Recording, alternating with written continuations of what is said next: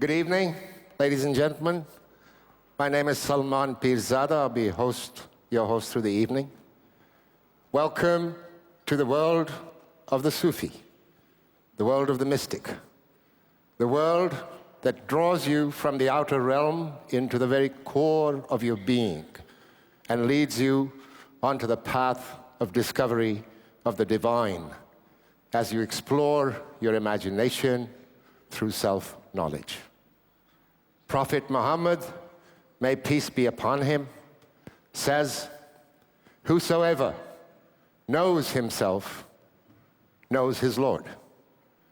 The Sufis take this saying of the Prophet seriously and also put it into practice. It provides, within the spiritual universe of Islamic tradition, the light necessary to illuminate the dark corners of our souls and the keys to opening the doors into the hidden recesses of our being, so we may journey within and know ourselves, leading ultimately to the knowledge of God, who resides in the very center of our hearts.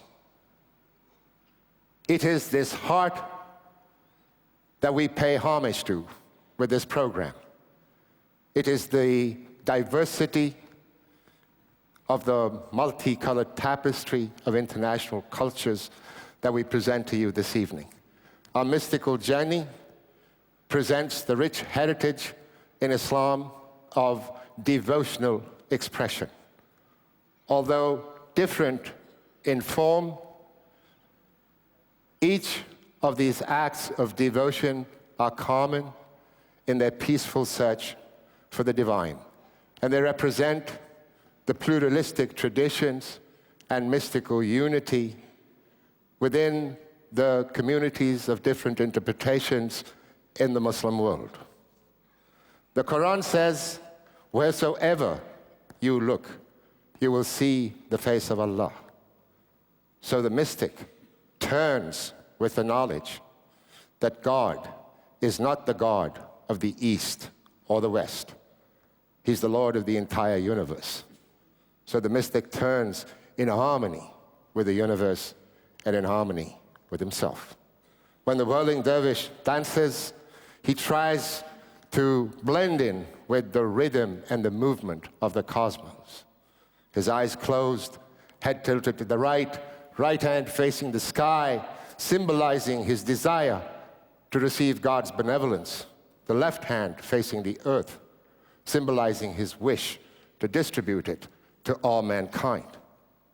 Sufism is the mystical, esoteric path of Islam, but Sufis are not encouraged to live isolated lives of solitary contemplation. The Muslim mystic realizes that in submitting to God, they must avoid extremes and find instead the middle path, a kind of balance between faith and the world, deen and dunya. In the words of Jalaluddin Rumi, we're all part of Adam, and we heard those melodies in paradise. Although water and clay have covered us with doubt, we still remember some of those sounds. So, ladies and gentlemen, let's begin our mystical musical journey. We present to you Sufi music and expressions of devotion from the Muslim world. Our first group comes all the way from Bosnia. In the darkest hour of its recent history, a group of young men met at the Hazrat Hamza Mosque in Sarajevo amidst aggression and war, violence and madness. They formed choir Hazrat Hamza to sing of peace, love, to heal hearts and souls devastated by the war. Today, they travel all over the world, and they are the living testimony of the power of the human spirit.